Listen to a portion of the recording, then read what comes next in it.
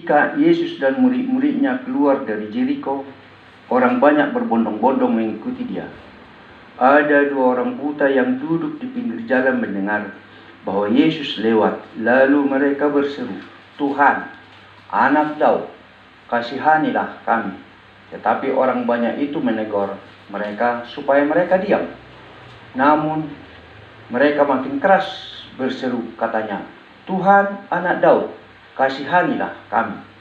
Lalu Yesus berhenti dan memanggil mereka. Ia berkata, "Apa yang kamu kehendaki supaya aku perbuat bagimu?" Jawab mereka, "Tuhan, supaya mata kami dapat melihat." Maka tergeraklah hati Yesus oleh karena belas kasihan. Lalu ia menjamah mata mereka, dan seketika itu juga mereka melihat lalu mengikuti dia. Anak-anak Tuhan, hari ini, minggu ini kita masuk ke yang ke-10, kebaktian ibadah rumah tangga, dan ke-11 kebaktian karena kemarin itu ada kenaikan Yesus Kristus. Jadi kita 11 kali kebaktian untuk 10 minggu berturut-turut. Adapun topik kita hari ini dari yang ditetapkan oleh HKBP adalah Tuhan mendengar seruan orang percaya. Kejadian yang terjadi dalam perikop kita ini, yaitu Matius 20 ayat 29 sampai dengan yang 34, adalah waktu mendekati Yesus akan ditangkap dan diserahkan kepada pemuka-pemuka agama, sebagaimana yang terjadi di Bukit Zaitun itu. Lalu dalam perjalanannya keluar dari kota Jeriko, Yesus berpapasan dengan dua orang buta yang berseru-seru kepadanya, "Tuhan, Anak Daud, kasihanilah kami." Orang-orang saat itu banyak yang berbondong-bondong mengikuti Yesus. Lalu beberapa orang berseru kepada orang buta itu agar mereka diam dan jangan mengganggu perjalanan Yesus. Tetapi Yesus berbelas kasihan kepada kedua orang buta itu. Lalu Yesus bertanya, "Apa yang kamu inginkan agar aku perbuat kepadamu?"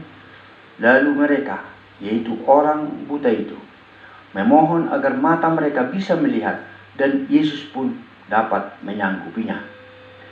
Lalu kita bertanya, kenapa Yesus menolong orang buta itu? Karena dia tahu bahwa kedua orang itu mempunyai iman yang kuat dan kepercayaan penuh kepada Yesus, bahwa Yesus adalah Anak Allah yang hidup. Di sini ada dua bahasan pokok, yaitu iman dan firman. Iman mereka, "Tuhan, Anak Daud, kasihanilah kami." Jadi mereka yakin bahwa Yesus adalah Anak Allah yang hidup. Sedangkan firman-Nya ialah, "Apa yang kamu kehendaki supaya aku berbuat bagimu?" Dalam pasal 32 ayat B. Artinya adalah, apa saja yang kamu minta dengan keteguhan imanmu dan kepercayaanmu kepada saya, Yesus Kristus, bisa berbuat dan memberikan kepadamu.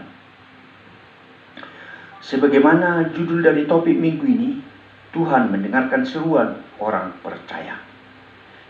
Jadi harus kita ketahui bahwa iman harus di atas dan dilandasi oleh firman Allah. Sebagai contoh dalam kejadian Sodom dan Gomora, Tuhan meminta agar Lot dengan seluruh isi rumahnya harus berlari sekuat tenaga dan kencang ke bukit, karena akan segera Tuhan akan meluluh lantakkan Sodom dan Gomora dengan membakar hangus kota itu, dengan menurunkannya api dari langit, dengan syarat jangan menoleh ke belakang selama engkau dalam berlari itu. Apa yang terjadi? Istri Lot menoleh ke belakang, maka saat itu juga istri Lot menjadi tiang garam. Apakah istri Lot tidak mempunyai iman? Saya kira dia punya iman. Buktinya, dia mau diajak oleh Lot untuk berlari menyelamatkan diri. Lalu di manakah iman. Dan di manakah firman-Nya? Imannya adalah berlarilah sekencang-kencangnya agar kau selamat. Itulah yang diimani. Sedangkan firman itu adalah jangan menoleh ke belakang.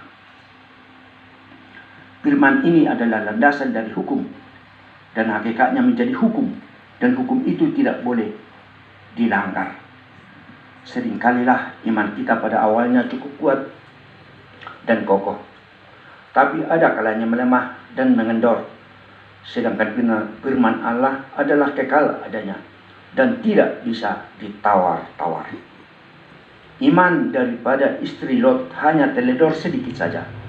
Ingin melihat untuk yang terakhir kalinya harta bendanya dan kekayaannya yang banyak dengan kenikmatan yang ada sebelumnya harus musnah seketika. Itulah yang dipikirkannya. Alhasil karena dia telah melanggar firman Allah yang kekal, jangan menoleh ke belakang, maka dia sekejap menjadi tiang garam. Apakah hukum Tuhan ini kejam? Tidak, sama sekali tidak. Karena Tuhan telah memberi jaminan penuh untuk keselamatan keluarga Lot. Tetapi karena imannya goyah, maka hukum firman itu melindasnya. Suatu hari, Maria membawa Yesus ke sebuah pesta perjamuan. Dan pada saat itu, anggur yang disediakan oleh yang punya pesta telah habis. Lalu Maria berbelas kasihan dan mengutarakan kepada Yesus. Lalu Yesus menjawab, "Apa yang harus kulakukan, Ibu? Waktuku belum tiba." Tetapi Maria berkata kepada pelayan-pelayan yang ada di situ, "Apa saja yang disuruhnya, lakukanlah."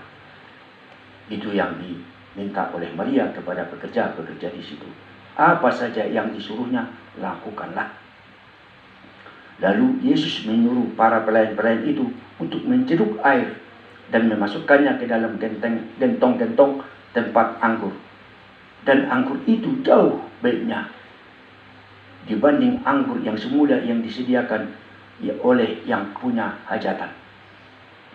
Lalu di manakah imannya? Di manakah firman-Nya? Maria yakin Yesus bisa melakukannya. Itulah imannya, yakin penuh dia. Lalu firman-Nya adalah, ceduklah air dan masukkan ke dalam gentong itu. Itulah firman-Nya. Dalam perjalanannya Yesus memasuki kota Kapernaum, dia bertemu juga dengan seorang perwira yang memohon agar Yesus menyembuhkan anaknya yang sedang sakit. Dan Yesus menyanggupinya akan melayat datang ke rumah si perwira tersebut. Tapi perwira itu mengatakan bahwa dia tidak layak menerima Yesus di rumahnya. Dan ia hanya memohon saja sebagaimana di dalam Matius 8 ayat 8 dan 13. Katakan saja sepatah kata, maka hambaku itu akan sembuh. Dan inilah yang menjadi iman dari si perwira itu. Katakan saja sepatah kata saja, maka hambaku itu akan sembuh. Lalu Yesus berkata kepada perwira itu, "Pulanglah dan jadilah kepadamu seperti yang engkau kehendaki." Dan kata-kata itulah yang menjadi firman itu. Intinya adalah berdoalah dengan iman yang kuat dan kokoh. Jangan ada keraguan sedikit pun atau pikiran teledor, dan ingatlah firman yang melandasi doa itu. Karena Tuhan senantiasa mendengar doa yang tulus. Sesuai topik minggu ini, Tuhan mendengar seruan orang percaya. Amin. Mari kita